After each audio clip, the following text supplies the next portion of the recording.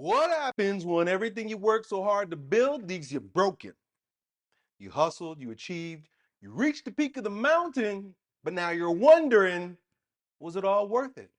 So in today's video, I'm going to answer a question from a man who spent his whole life grinding only to lose his peace. And now he's wondering, how do I let go without losing control? And I get it because I lived it. I was addicted to hustle and it almost destroyed me. So I'm going to walk you through the 12 stages and 4 phases that I personally experienced going from panic performance to peaceful productivity. So if you're tired of the hustle and you're ready to come home, this video's for you.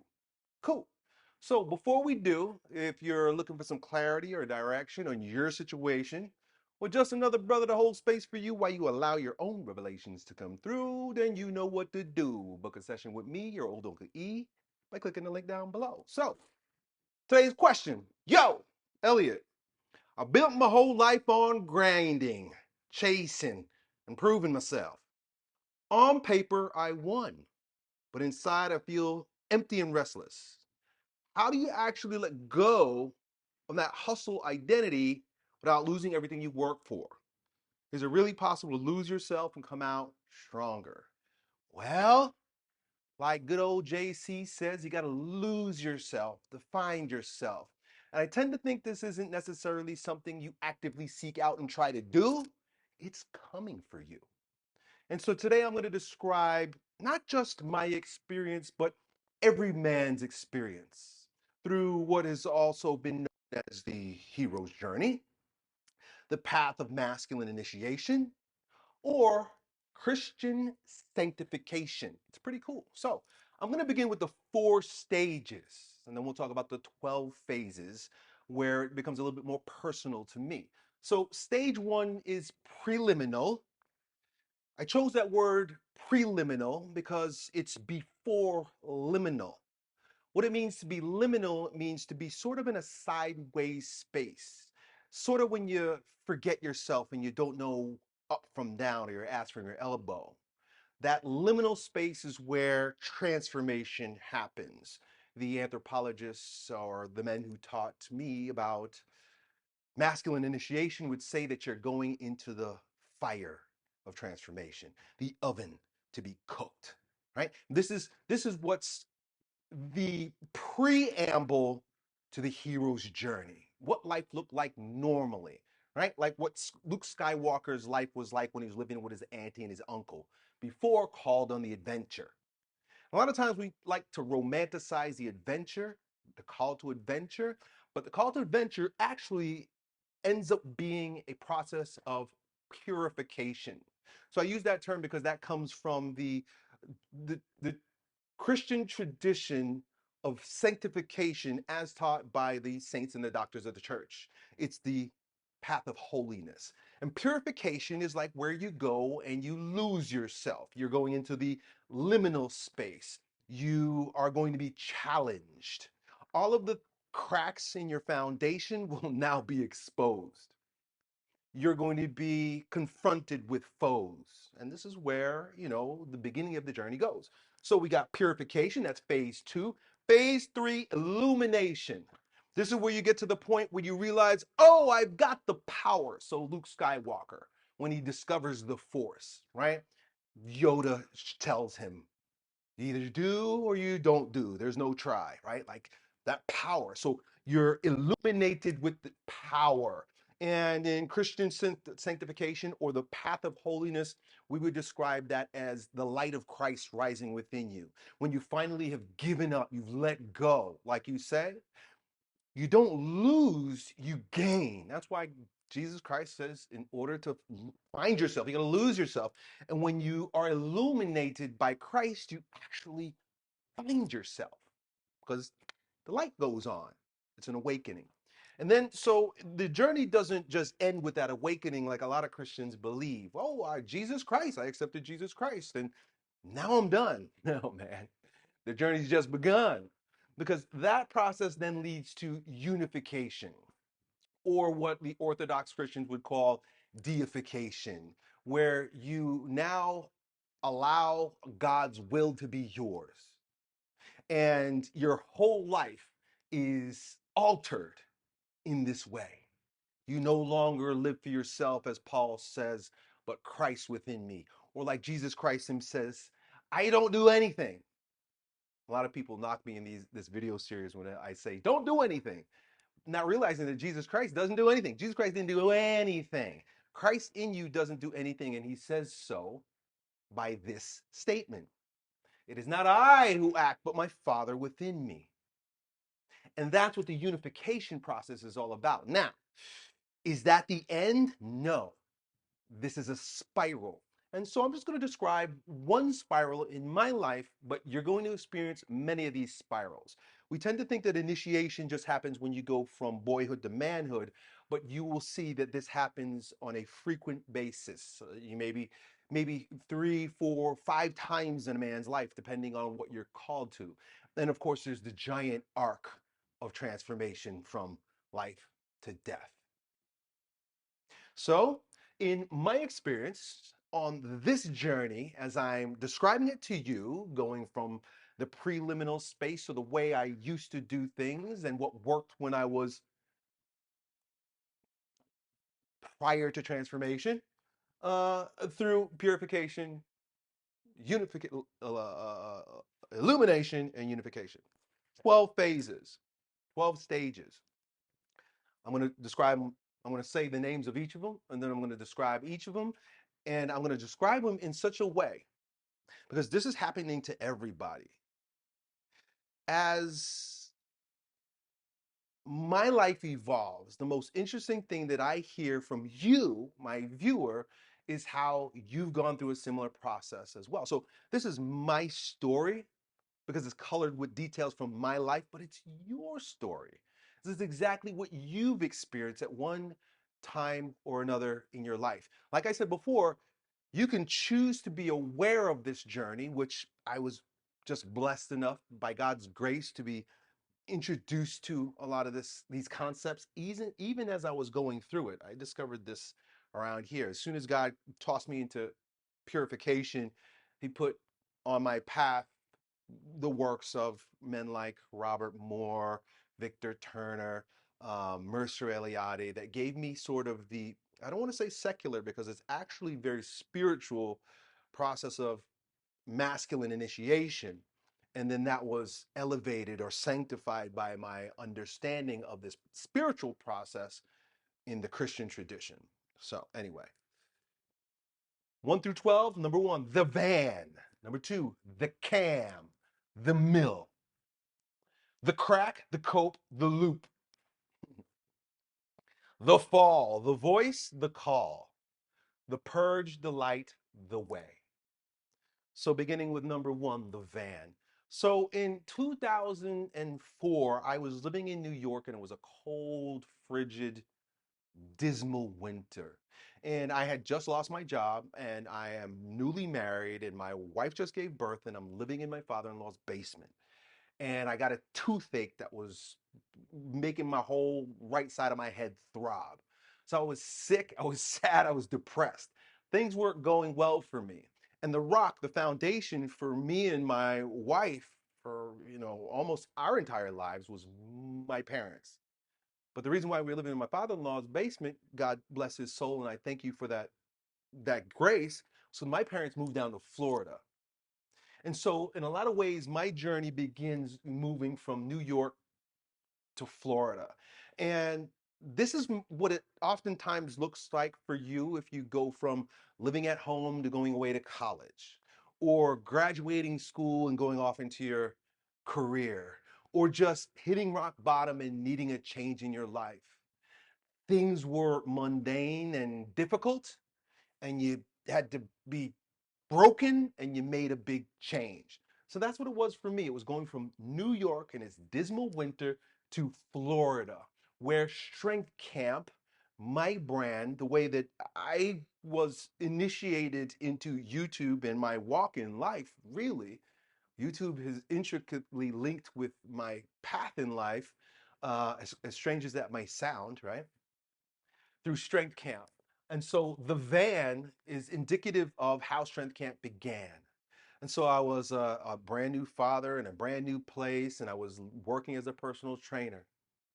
but I knew I wanted to be a gym owner, an entrepreneur, because back in 2000 or back in 1994, my uncle became a personal trainer.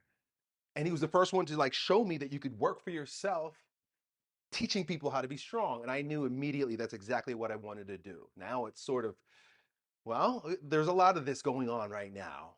And I was just like, my life normally is one of the first. And so I was sort of launching into this with not much information on how to make it happen. And I did have one inspiration, and his name was Zach Evanesh. Zach Evanesh and Joe DeFranco. These were men who they made internet content, wrote articles and stuff, talking about their gym businesses, their fitness businesses, where they were training people with trash. Literally, Zach Evanesh, the underground strength coach, I bought an ebook from him back when people bought ebooks about how to use used tires, logs, sandbags, pushing cars, like just odd objects and things from the junkyard in order to build your business. So I launched from working as a personal trainer at a fitness gym. 6 months later, getting in the van that my dad gave me that we grew up in. It was a 1988 Ford conversion van. My friends would call it the creeper van. I had no window on this side, and if you know anything about Florida in the summertime, it would just rain on me. I'd be driving this, and I was a big dude, and big muscles, cut off shirt, and I'm getting rained on while I'm driving. But in the back was a bunch of sandbags, was a bunch of used workout equipment, were chains and ropes and just things I found that I would train people in the parks with. And it really was my introduction to this form of entrepreneurship, training people out of the back of my van with trash in the parks. I called it Strength Camp. And from Strength Camp came the camera. And so 2007 was when YouTube basically just showed up on the scene. And once again, Zach Evanesh was making YouTube videos of what he was doing with his clients in his garage when he was training them. And I thought that was a good idea also, with the pure intent of making videos of the workouts that my clients were doing in the parks that looked really cool. They even did a Fox News, local Fox News did a news story on me. Hey, check out this guy in the park. He's training people with trash. And so I had a flip cam. I had a camera because we had a brand new baby, and we got a camera, one of those cameras that literally like opened up and you held like this to capture my daughter's first steps. And I took that and had a little tape in it. You put a little tape in it. I took a little tape, and you can go back on my Strength Camp channel, not this one. You go back on my Strength Camp channel. It's now called Elliott Hulse Strength. And you go back to the first video, you'll see the quality of the video. Of course, it's 2007, and I'm shooting. I have a friend shooting it with this handy cam. That foray into YouTube was, of course, the start of something brand new and something I couldn't even have imagined. And so I went from using a flip cam to being a known man in a short course of time. From 2007 to 2014, my channel went from 0 to 1 million subscribers. Once again, this is back when YouTube was brand new. And so almost everyone subscribed to you know who. If you're looking for strength, you're looking for fitness, if you're a man in the space, you know this face. And that was the pace at which my life began to evolve. Didn't expect it at all. I thought I would just have a gym, and there was a part of me that dreamed about speaking to people in front of crowds in order to rally them up and make them feel good and be strongest version of themselves. But this camera thing that I was using just to get clients turned out to go worldwide. And so from my warehouse gym, where I took all my trash from out of my van and I opened up a garage, right? You can go on my channel, you can look at my old warehouse gym videos from 2007, 2008, 2009. And I trained people in this garage. It was literally a garage. Once again, you see a lot of these now. People open up their garage gyms or their warehouse gyms. Well, back then, this was an anomaly. This was a novelty. And so I was actually getting some attention, not just locally, even though I had my gym in the worst part of town, I'd have guys with Maseratis and Ferraris coming to my gym to work out with me because it was so unique and different. But the internet started to take notice. And so I started to notice that the videos that I was putting up, where I was just shouting at the camera and doing strongman or showing people doing workouts at my gym, they were getting questions. People were asking questions. Hey, Elliott, how did you put together that equipment? Hey, Elliott, how did you do that workout? Hey, Elliott, what should I do about this? And there in that environment was born Yo Elliott. So even as I make these videos here today, I say Yo Elliott. That's the phrase, that's the brand that I am. I started answering those questions. And that's when the channel exploded. When I started answering your questions like I still do today, like I'm doing right this moment now. I answer questions. I enjoy answering questions. I enjoy having conversations about the things that are important to you because it's also important to me. We're on the same journey together. So, there's a little bit more to this, but I want to move on to purification. As far as making millions is concerned, my YouTube channel reached 1 million, and I was making millions. I was one of the first to start making ebooks and courses. I started doing workshops and seminars. I held strength camp challenges with hundreds of people that would come to Florida and visit me. And then we franchised the gym and we were worldwide. Boom, exploded, all within a short period of time. And mind you, I'm living in St. Petersburg, Florida before it was trendy. One of my clients called it Slackerville. So here I am, sort of a meathead with no real training on being famous or business savvy at all, with a lot of bad ideas and low self-esteem, particularly as it's associated with money, started making money. And that's when the purification happened. I wasn't prepared for it. I look back now and I realize I had a lot of bad money ideas. I had a lot of business I don't do business the way I was being taught how to do business or the way I was reading books or watching people do business. I was just doing what other people were telling me to do because it seemed like that would have been the right thing to do. But it doesn't work for me. It might work for you. It took me all this to discover that. We'll talk about it in a minute. So anyway, the brand kept building. I wrote a book called King. We sold thousands of copies, 10,000 copies. I was quite a bit of a sensation for a season. And the brand kept getting bigger. And you know what happens when you build, like the Leaning Tower of Pisa, right? It's like this. Why did the Leaning Tower of Pisa fall over? Because it didn't have a solid foundation. And I didn't have a solid foundation. I wasn't prepared for it, and the cracks in my foundation began to split. And so I was building a bigger brand, right? I had two channels now, one over 1 million subscribers, the other one is this one now here. And I was the broken man, and that's when it began to crack. Things started to fall apart. My weaknesses started being exposed. This is the process of purgation. Things were they were difficult in the beginning during the preliminary time when I was outward focused and trying to put food on the table, but I reached a peak and then was thrust into the hero's journey. You might think this was the hero's journey. And it was in a sort of way, but it was all to get me here. So at the end of the day, it was so that God could expose my shadows. And let me pause for a minute now here and talk to you about how this might relate to you. So if you're an entrepreneur or you're a businessman or you're just another man who's trying to live the plan and things actually start going good, you may find that that's exactly the time when things start to crack. This is sort of a law in business. They'll say that, like, if you grow fast, if you scale fast, your business will crack. I didn't know anything about this, but not only did my business wasn't cracking just yet, I started to crack.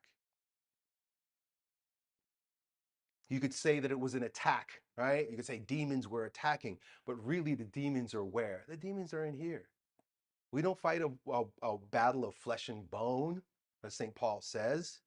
We don't fight with flesh and bone. It's a spiritual battle. Where is spirit within? So I absolutely was under attack from the demons that I had been dragging. And that's exactly what happens to you. You reach the peak and you realize, or you realize, like your eye sees what real, oh shit, I'm not prepared for this. And that's exactly what happened to me. Bigger brand, broken man, hiding the wounds in weed and wine. So this is the cope. And this is the season where rather than doing the deep work, because I didn't have any time, I mean, at this point, I probably already had 3 daughters, right? Think about that. 3 young kids. The gym is sort of growing. My online presence is growing. Things are going, and there's no slowing down. So I pick up the habit of drinking and smoking weed. Yeah. Because when you don't face the shadows, you don't try to heal the cracks, or you don't give your life over to Christ, you're in a crisis. And in that crisis, you're going to want to numb the pain. And that's what I was doing. I was hiding the wounds. I couldn't face the wounds. I didn't know how to face the wounds.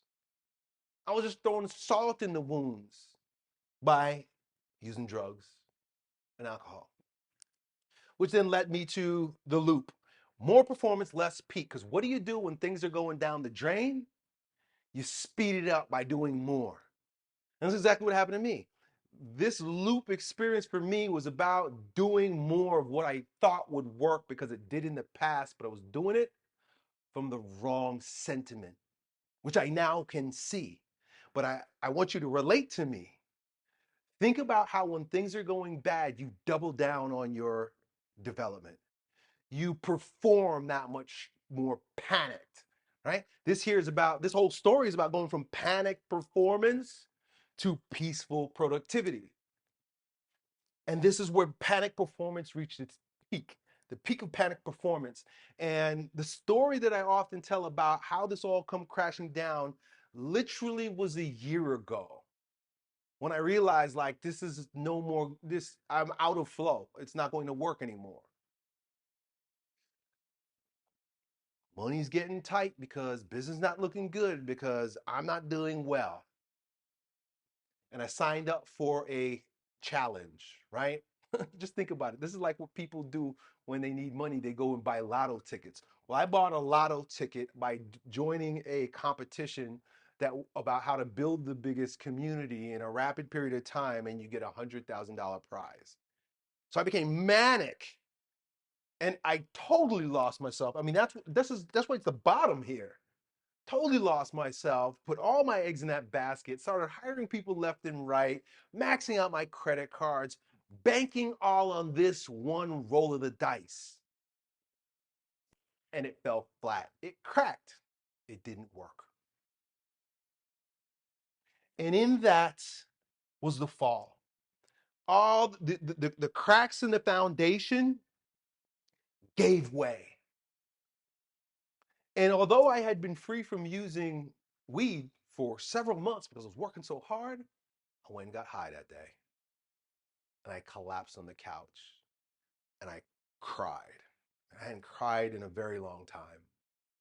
And I bawled my eyes out. I didn't know what to do. I can't say I gave up because that's not what entrepreneurs do. Didn't give up, but I resigned in that moment. At that time, I resigned. I shut off my mind and I allow God for the first time to be my guide. Let's move on. So, this is the illumination process. It has to happen for most of us. If you're a stubborn meathead entrepreneur like me, it has to happen when you are down on your knees. I hit rock bottom. I hit rock bottom. The crack leads to collapse. The whole thing fell apart. And then it was the voice. Stillness, the soul guidance. Now let me talk to you about, let me slow down here for a moment when I talk about stillness. This wasn't a this wasn't a virtuous stillness, like I'm holy or anything. This is a complete exhaustion, a complete surrender. It was a desperate stillness, meaning I can't do anything. And I think that's what Christians mean when they say that you have to acknowledge you're a sinner, when you have to acknowledge that you can't do it without God. And sometimes you got to hit rock bottom in order to just have that awakening, to have that realization. That's how most people come to Christ. You hit rock bottom and you're like, damn, I can't do this. I need help. Help me, Lord. But my prayer for help wasn't even, I couldn't even beg. I just laid open. I just laid open. Just here was my prayer. Lord, do with me what you will. You put me here for a reason. You know my purpose. You know my reason.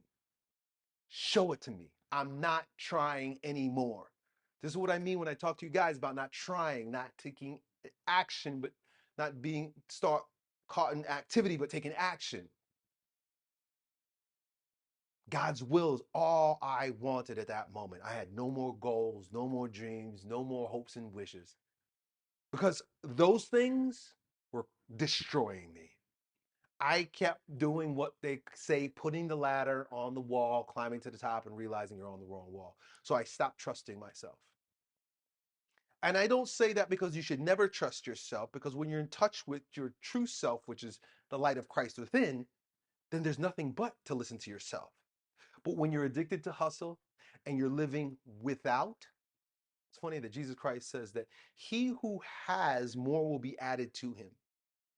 But he who is without even what he has will be taken away. Let's focus on that second half for a moment. Living without means living outside, not within. And this is what soul guidance was all about for me. I stopped seeking answers from gurus. And trust me, I wasted a lot of money on business gurus. Tens of thousands of dollars, I'm embarrassed to say, trying to figure out what to do, reading books, listening to podcasts, and doing. I was living without. But Jesus Christ says, he who has more will be added. Where is the true having? Where is the cause for the effect that's the material world that's within? So this soul guidance was all about learning how to actually go in and hear the still small voice. Jesus Christ says, when you go into your closet, see, I wasn't living in the closet. I was living out in the world. Jesus Christ says that by the Lord of that world out there. But he says, go into your closet, close your doors, close the windows, where your Father speaks to you in secret. And when the Father began to speak to me in secret, this is when the illumination, the light of Christ began to rise. And I don't go too far down that rabbit hole, but Jesus Christ is the way, the life, and the truth. He'll show you the way. He will enlighten your mind if you're resting in that truth.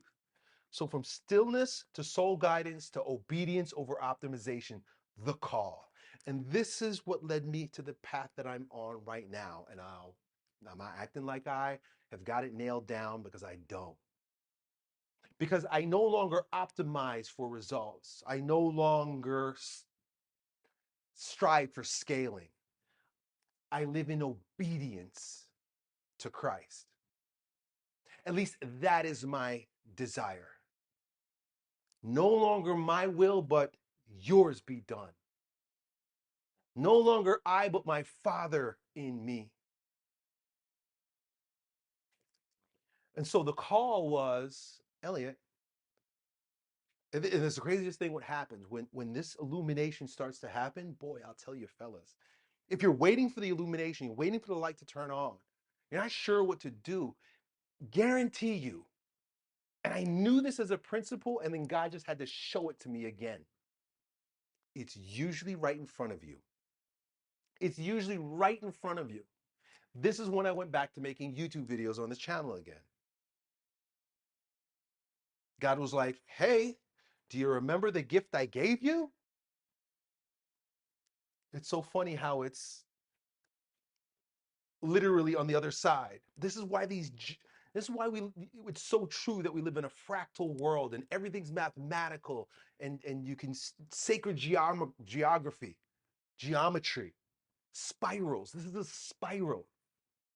And it's like on the opposite end of the spiral was the gift. When God enlightened me to the gift that he gave me over here, he said, make more videos. Elliott, I gave you YouTube as a gift. So that was it was for me.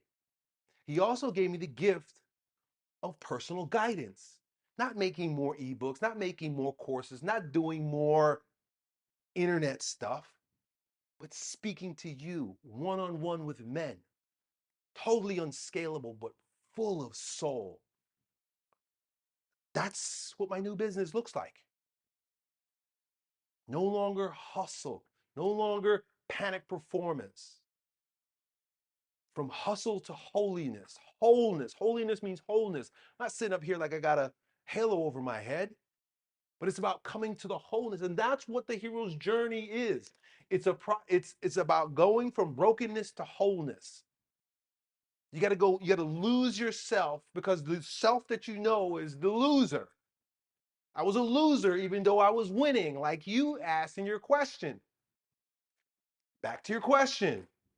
How do I actually let go of the hustle identity without losing everything I work for? You got to lose it because you're a loser. On paper, you won, but empty inside because he got the booby prize. You probably just need to go back to the place that you began, just like the boy in the alchemist story. He goes searching for a treasure only to find that it was back home where he started. Anyway, so obedience is to do what I was called to do, make YouTube videos for you and speak one-on-one with you. Presence over performance is the purge. God taught me that what was more important than hustle and optimization and working and striving and planning, and even though those things might be good for some people, depending on the stage that they're at, I'm not telling you don't do that. But for me, this is the journey of coming back to the truth that is you. Jesus Christ is the way, the life, and the truth. The truth.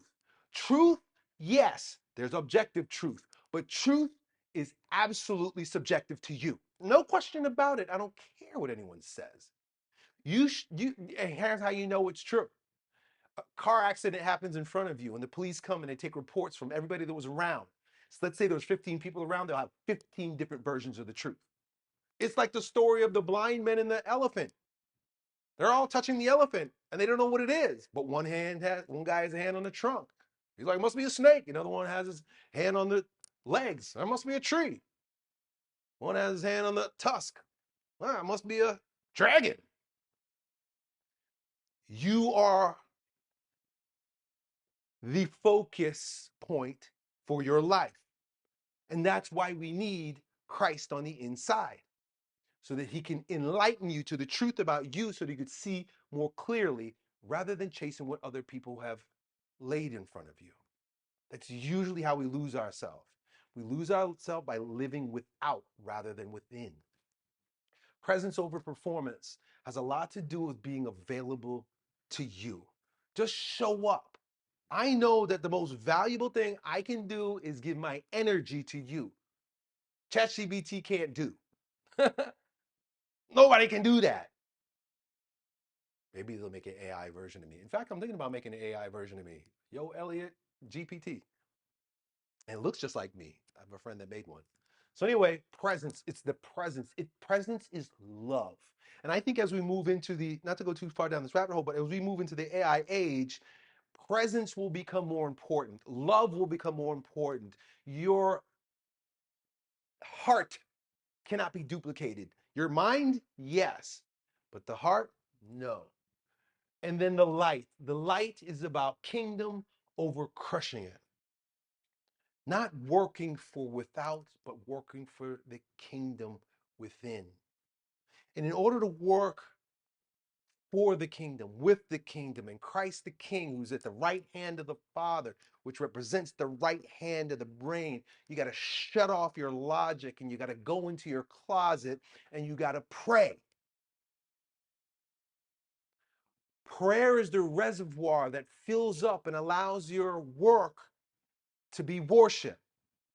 If you don't pray, if you don't go into your closet and pray, you not only won't get the guidance you need, but you won't be filled up with the grace and the glory and the light of Christ so that you can spill over and be a blessing into other people's lives.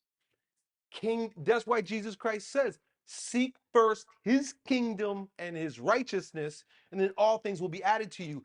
But you and I were busy trying to get things added to us without knowing the kingdom first. That's why you put the ladder against the wrong wall. You didn't seek his guidance. You weren't in the kingdom. You operating from the left. So funny that in the world, the left, what is the left always focused on? What's happening in the world? Social justice. They're worried about, all kinds of things that are power structures, physical power structures. The right, which is actually the left, is about peaceful productivity, about union with God, which brings us to the way. When Jesus Christ says that he is the way, the light, and I'm going to say light, but I know it says life in this gospel, but if you read John, I think chapter 4, he says that he was the life and the light. He was the light of the world. So Jesus Christ is the life slash light. He's the way, the life, light, truth. When you live this way, altered, the altered way, and I just say altered entrepreneur because I'm an entrepreneur, and by the way, I wrote a new guide called Altered Entrepreneur that goes through this whole journey, all of the steps and all the containment processes that I use in order to escape hustle and embrace holiness at a link down below. Altered Entrepreneur, but it's the altered path. What is the altered path? Altar is what? Where we go with our sacrifice. Not Moses, Abraham was known as the friend of God because everywhere he went, he set up an altar. And what does an altar do? It transforms. The transformed entrepreneur who sacrificed his old ways in order to what? Follow the way. What is the way? Before the way is the truth. What is the truth? The truth is what you want is what God wants for you. What you want is what God wants for you. That's why the way you see God and relate to God is how you're going to relate to the world and to yourself. And the enemy wants to destroy that. The truth is what you want for you is what God wants for you because God is in you. You're a co-creator with him. Jesus Christ says that if you believe in me and my Father will come and dwell with you. He's dwelling within you. But the only way to truly know what you want in his will is in silent prayer. You got to pray. And we talk a lot more about that prayer life in a subsequent video. I'm going to do a little series here. But the altered entrepreneur is aware of the truth, living in the light. What is the light inside you? Jesus Christ. There's literally light cells in your brain, in the pineal gland. Jesus Christ, who says, if your eye not be single, then your body will be filled with darkness. Not two eye, but one eye. There's one eye inside that has light cells. Pineal. This is where Jacob goes and he says that he sees God. I see God at this place and I shall call it pineal. You see God, God speaks to you in your imagination. He speaks to you in your dreams. He speaks to you in whispers, tiny whispers. What does Jesus Christ say? Close the door where your Father whispers to you inside the kingdom. This is the temple of the Holy Spirit. You can't get God any other way. No matter how much you read about him or how much you babble in your prayers, you got to go within so that he can what? Show you the way. He will show you the way, enlighten the way with the light that's inside, which is Jesus Christ. So one of the things that most people want to know is, what do I do, Elliott? What do I do? And as you'll discover if you do a session with me, is I ain't telling you what to do, except this one truth. It's inside you. You know what to do. Christ knows what to do, but you got to go to him inside you, and he will show you the way. At the end of the day.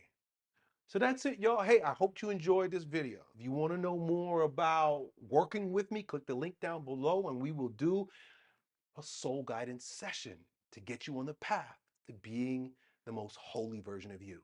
And if you want more information about the things that I'm talking about in this presentation, click the other link in the pinned description where you can get my new book, 47-page book. It's ChatGPT helped me make it. It's not a novel. It's not Shakespeare level writing. It's these ideas formulated in such a way that you can apply it to you. And I'll be back with another video following this journey, dude. Done.